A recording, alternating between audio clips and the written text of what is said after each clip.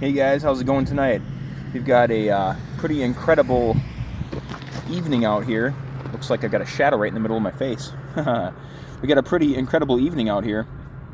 And this is the 19 DRZ400 that I've had for a few weeks now. And we're going to do a walk around of this and listen to this Delkevic exhaust. It's super loud, like ridiculously loud. More than I'd really want. But yeah, this is a 19, has a little high miles on it. It's got like 13,000, 13.5. But I got it in a pretty good deal, and I wanted to try out some supermotos because we've got a YZ450 in the channel here too, and I'll put a link to that walk around, and I'm going to be doing the ride review of that I think probably tomorrow, depending on how things go. I lost a camera recently, and one of the shoots, a shootout video I did, like camera busted off its mount, one of the GoPros, so I'll have to get that figured out. But anyways, let's take a look at this and talk about the specs, suspension, weight, power, all that kind of stuff. Listen to it. Let's get into it.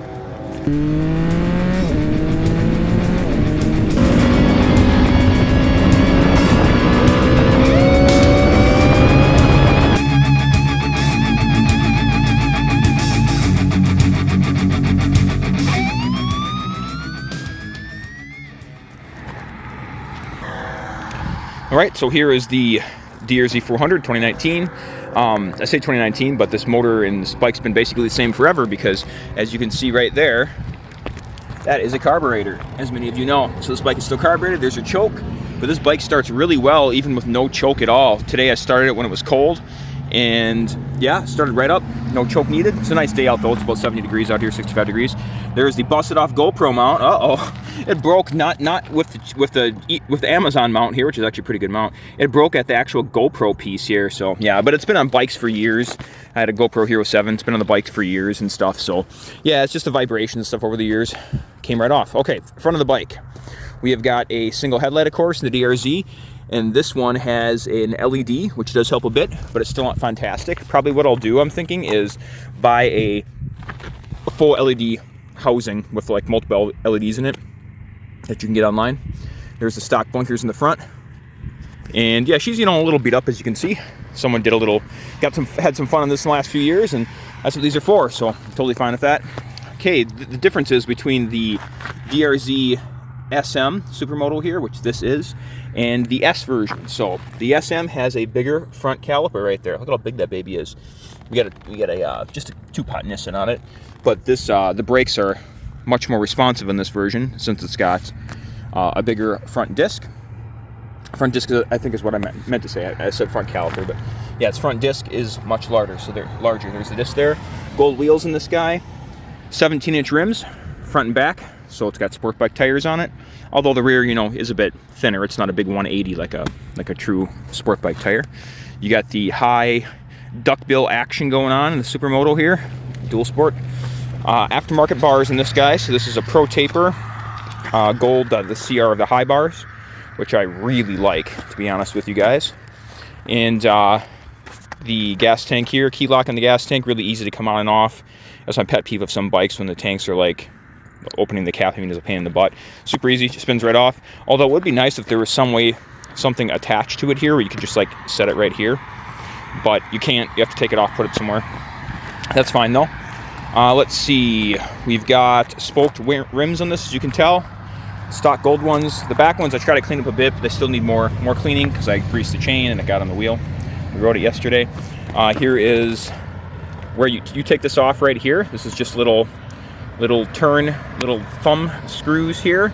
Underneath here is your air filter. So super easy to get the air filter out and clean. This one has an aftermarket, like a big pod filter that's put on there, which I'm going to replace soon.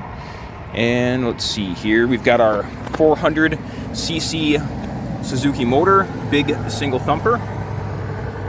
And this thing has, for power, it is 32 horse, just about, and just about 24 foot-pounds of torque. I'll put it at the bottom of the screen down here so you can see it on the specs. And it doesn't sound like much, but boy, this thing is a lot of fun, an absolute ton of fun.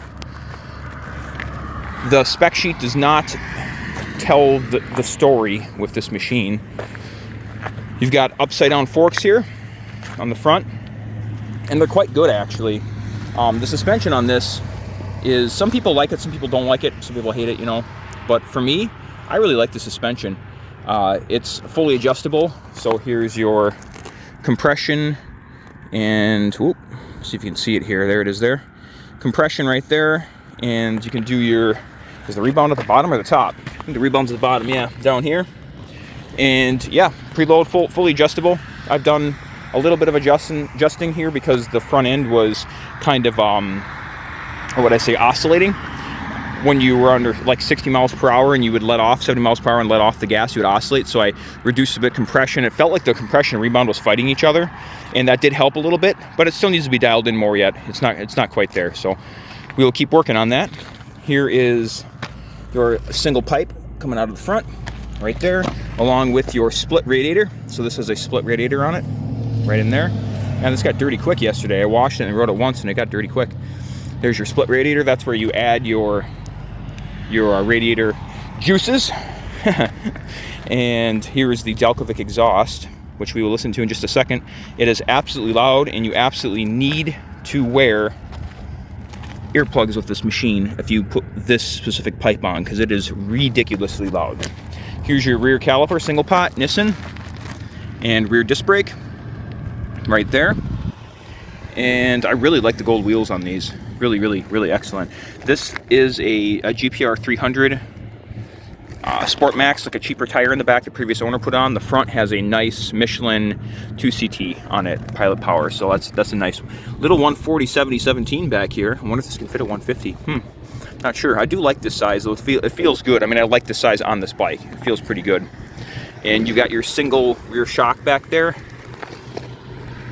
Right there with your gas cartridge. See if you can see it better over here. Not really. It's pretty buried in there, isn't it? It is buried in there. All right. Let's get her started up here. Give her a listen. Here's the key turn.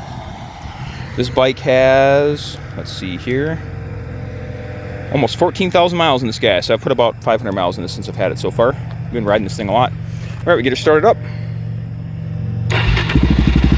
Fires right up. The carburetor is really good on this. The bike has no stumbling in the mid-range or anything like that. Top end problems. This is the original carb on this we checked, so it is well adjusted. And the bike has already been warmed up, so give her a little rev here.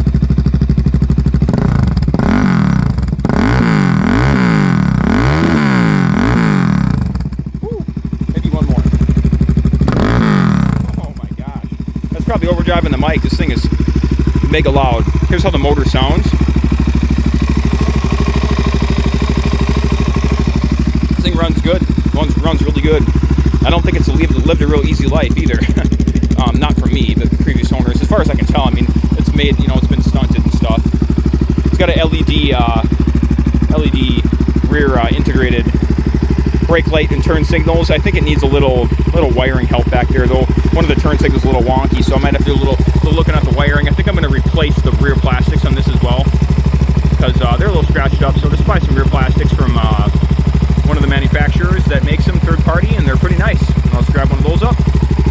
We'll turn her off here. Yeah, I really do like these Protaper bars. I absolutely love the feel of the grips on here. Protaper grips, and just like the height of them. This is really nice. I got to tell you guys, this Sierra High is like, this is like my new jam. Super comfortable. I really do like the suspension in this as well. The suspension on this here, let's flip the camera. The suspension on this is, I really like it for the road. The YZ450 we have on the I've had in the channel here, the converted supermoto, that's got a really stiff suspension because the YZ450 is for, like, you know, going off jumps and doing hardcore single track stuff. This is really nice for the road because the roads are kind of beaten up around here, as they are a lot of places in the world or here in the US.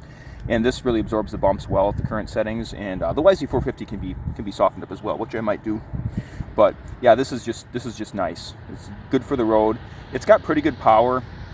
I did a shootout between the YZ450 and this 400 with a friend of mine, Jerry, yesterday actually, and we did like some rolling pulls with them. And the 450, like, it can beat this easily, of course, on pulls, depending on how much you're romping on it. And then when I got more comfortable on this, I was you know, going wide open, and he still walked away from a bit. But when you get in the power band of this, there's plenty of power, for what you do with these kind of machines. It's really pretty cool. And it only weighs like 312 pounds wet, I believe. And yeah, so it's just a fun supermoto. It's not gonna, you know, blow your hair off or anything, or light your face on fire. But it's cool when you get in the power band and you get going around some corners, coming out of corners. You know, powering your way out of corners, doing you could do some backy and type stuff. You're sliding the rear end around. It's a lot of fun. It really is. So I'm looking forward to doing some more videos of these. I think I've got my first ride already shot on this, so that we got to do a full ride review here soon once I kind of get my thoughts together on it. But yeah, thanks for watching, you guys. If you enjoyed this content, make sure you like and subscribe. And yeah, we're getting. I wonder if this will be out before then. I think it will be. We're getting close to our 1,000 subscriber mark here on the channel, so I'm gonna be doing a 1,000 subscriber special, which is I'm planning on the Hayabusa, the Gen 1 Hayabusa 2001 versus the ZX14 that we had on the channel here, and I have a friend of mine shot that with me, so we did that a while back, and I'm gonna get that edited up and ready and posted for the 1,000 subscriber special, which I'm really looking forward to. So make sure you hit subscribe, and we will get that video out to you guys. And that was a lot of fun to shoot too. So all right, we'll see you guys in the next one. Thanks for watching, everybody. You have a good evening. Goodbye.